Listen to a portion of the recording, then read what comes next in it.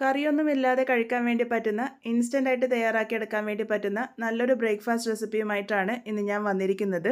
എന്നും ഒരേ ബ്രേക്ക്ഫാസ്റ്റ് കഴിച്ച് മടുത്തെങ്കിൽ ട്രൈ ചെയ്ത് നോക്കാൻ വേണ്ടി പറ്റുന്ന നല്ലൊരു പലഹാരമാണ്.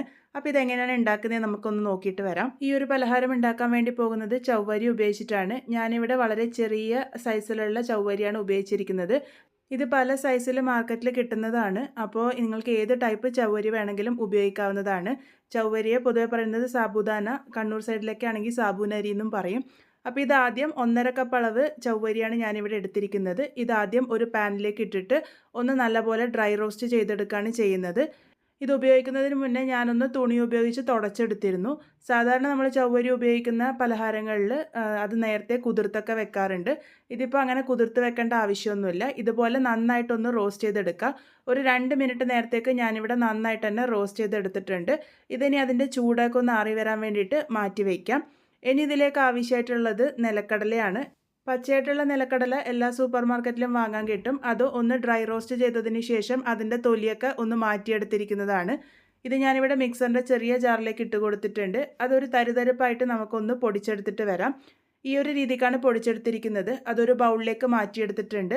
നമ്മൾ നേരത്തെ വറുത്ത് വെച്ചിരിക്കുന്ന ചവ്വരി ഞാനിവിടെ ചൂടൊക്കെ ഒന്ന് ആറി വന്നതിന് ശേഷം മിക്സറിൻ്റെ ചെറിയ ജാറിലിട്ടിട്ട് നല്ല ഫൈനായിട്ട് തന്നെ പൊടിച്ചെടുത്തിട്ടുണ്ട്.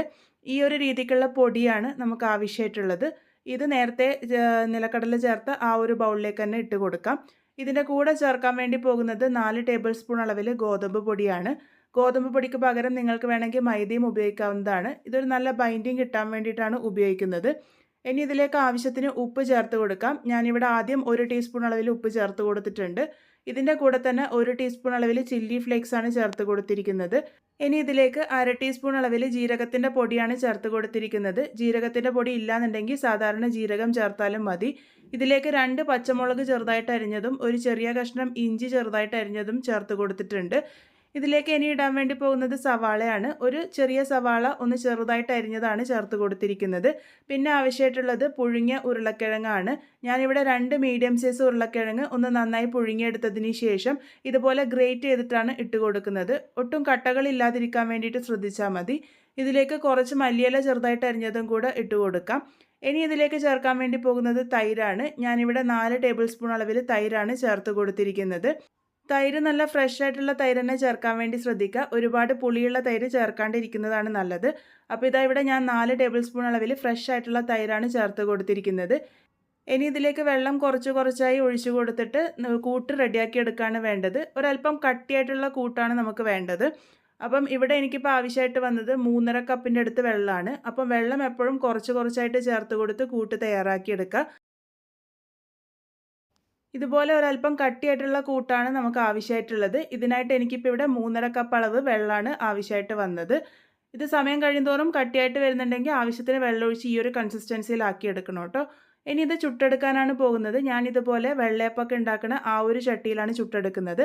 ആദ്യം എണ്ണയൊന്ന് സ്പ്രെഡ് ചെയ്ത് കൊടുത്തിട്ടുണ്ട്. 2 പാത്രം സൈഡ് ബൈ സൈഡായിട്ട് ചെയ്യാനുണ്ടെങ്കിൽ ആ ഒരു രീതിക്ക് തയ്യാറാക്കിയെടുക്കുകയാണെങ്കിൽ എളുപ്പത്തിൽ തയ്യാറാക്കിയെടുക്കാൻ വേണ്ടി പറ്റും. ഇതിലേക്ക് ഒരു തവി കൂട്ടാണ് ഒഴിച്ചു കൊടുത്തിരിക്കുന്നത്. അത് ഇതുപോലെ ഒന്ന് സ്പ്രെഡ് ചെയ്ത് കൊടുക്കുക. ഒരുപാട് കട്ടിയിൽ തയ്യാറാക്കാണ്ടിരിക്കുന്നതാണ് നല്ലത്. കാരണം അതിൻ്റെ ഉള്ളോളം വെന്ത് വരാൻ വേണ്ടിയിട്ട് സമയമെടുക്കും. ഇതുപോലെ ഒരു തവി കൂട്ടൊഴിച്ച് കൊടുത്താൽ മതിയാകും. ഞാനിപ്പോൾ ഇവിടെ 2 പാത്രം വെച്ച് സൈഡ് ബൈ സൈഡായിട്ടാണ് തയ്യാറാക്കി എടുത്തിരിക്കുന്നത്. ഇതുപോലെ ഒഴിച്ചു കൊടുത്തതിന് ശേഷം ഇതിൻ്റെ മുകളിലേക്കും കുറച്ച് എണ്ണയൊന്ന് സ്പ്രെഡ് ചെയ്ത് കൊടുത്തിട്ടുണ്ട്. എണ്ണയോ നെയ്യോ നിങ്ങൾക്ക് ഉപയോഗിക്കാവുന്നതാണ്. അതിനുശേഷം ഇത് മീഡിയം ഫ്ലെയിമിൽ വെച്ചിട്ട് അടച്ച് വെച്ചിട്ട് വേവിച്ചെടുക്കാം. ഒരു ഭാഗം നല്ലപോലെ ഫ്രൈ ആയി വന്നതിന് ശേഷം വേണം ഇത് മറിച്ചിട്ട് കൊടുക്കാൻ വേണ്ടിയിട്ട്. ഏകദേശം 2 മിനിറ്റോളം എടുക്കും ഒരു ഭാഗം ഫ്രൈ ആയിട്ട് വരാൻ വേണ്ടിയിട്ട്. ഇതിപ്പം ഏകദേശം ഒരു ഭാഗം നന്നായിട്ട് ഫ്രൈ ആയിട്ട് വന്നിട്ടുണ്ട്. ഇതുപോലെ സൈഡൊക്കെ ഒന്ന് ഗോൾഡൻ ബ്രൗൺ കളർ ആകുന്നത് വരെയാണ് ഫ്രൈ ചെയ്തെടുത്തിരിക്കുന്നത്. ഇനി ഇത് മറിച്ചിട്ട് കൊടുക്കാം. മറിച്ചിട്ട് കൊടുത്തിട്ട് ആ ഒരു ഭാഗം കൂടെ നന്നായിട്ട് മൊരിഞ്ഞ് വരുന്നത് വരെയാണ് ഇത് വേവിച്ചെടുക്കേണ്ടത്. മീഡിയം ഫ്ലെയിമിൽ തന്നെ വെച്ച് വേവിച്ചെടുത്താൽ മതി. നിങ്ങൾക്കിത് ദോശക്കല്ലിൽ വെച്ചിട്ടും തയ്യാറാക്കി എടുക്കാവുന്നതാണ്. ദോശക്കല്ലിൽ വെച്ച് തയ്യാറാക്കി എടുക്കുമ്പോഴും ഒരുപാട് കട്ടിയിൽ തയ്യാറാക്കാണ്ടിരിക്കുന്നതാണ് നല്ലത്. നല്ല നേർത്ത് ചെയ്യുകയാണെങ്കിൽ നല്ല ക്രിസ്പി ആയിട്ട് കിട്ടും. അപ്പോൾ ഇതാ ഇതിപ്പോൾ 2 ഭാഗവും നന്നായിട്ട് തന്നെ മൊരിഞ്ഞ് വന്നിട്ടുണ്ട്. ഈ ഒരു പാകാവുന്നത് വരെയാണ് ഇത് കുക്ക് ചെയ്തെടുക്കേണ്ടത്. ഇത് കുക്ക് ചെയ്തെടുക്കാൻ വേണ്ടിയിട്ട് ഒരല്പം സമയം കൂടുതലായിട്ട് വരും. അപ്പോൾ ഇതുപോലെ സൈഡ് ബൈ സൈഡായിട്ട് ചെയ്യുകയാണെങ്കിൽ എളുപ്പത്തിൽ നമുക്ക് തയ്യാറാക്കി എടുക്കാൻ വേണ്ടി പറ്റും. അപ്പോൾ വളരെ ടേസ്റ്റി ആയിട്ടുള്ള നമ്മളുടെ പലഹാരം ഇവിടെ റെഡി ആയിട്ടുണ്ട്. രാവിലെ എപ്പോഴും കഴിക്കുന്നതിൽ നിന്നും വ്യത്യസ്തമായിട്ട് കഴിക്കാൻ വേണ്ടി തോന്നുന്ന ദിവസങ്ങളിൽ തയ്യാറാക്കിയെടുക്കാൻ വേണ്ടി പറ്റിയ നല്ലൊരു റെസിപ്പിയാണ്. എല്ലാവരും ട്രൈ ചെയ്ത് നോക്കൂ. ഇത് കഴിക്കാൻ വേണ്ടിയിട്ട് പ്രത്യേകിച്ച് കറിയുടെ ഒന്നും ആവശ്യമില്ല. പച്ചമുളകും ചില്ലി ഫ്ലേക്സൊക്കെ ചേർത്തതുകൊണ്ട് തന്നെ അത്യാവശ്യം എരിവും കാണും. അതുപോലെ ഉരുളക്കിഴങ്ങും കൂടെ വരുന്നതുകൊണ്ട് ഇത് നല്ല ടേസ്റ്റിയാണ്. എന്തായാലും ട്രൈ ചെയ്ത് നോക്കൂ. ഫീഡ്ബാക്ക്സ് പറയാൻ മറക്കരുത്. വീണ്ടും ഒരു നല്ല റെസിപ്പിയുമായി കാണാം.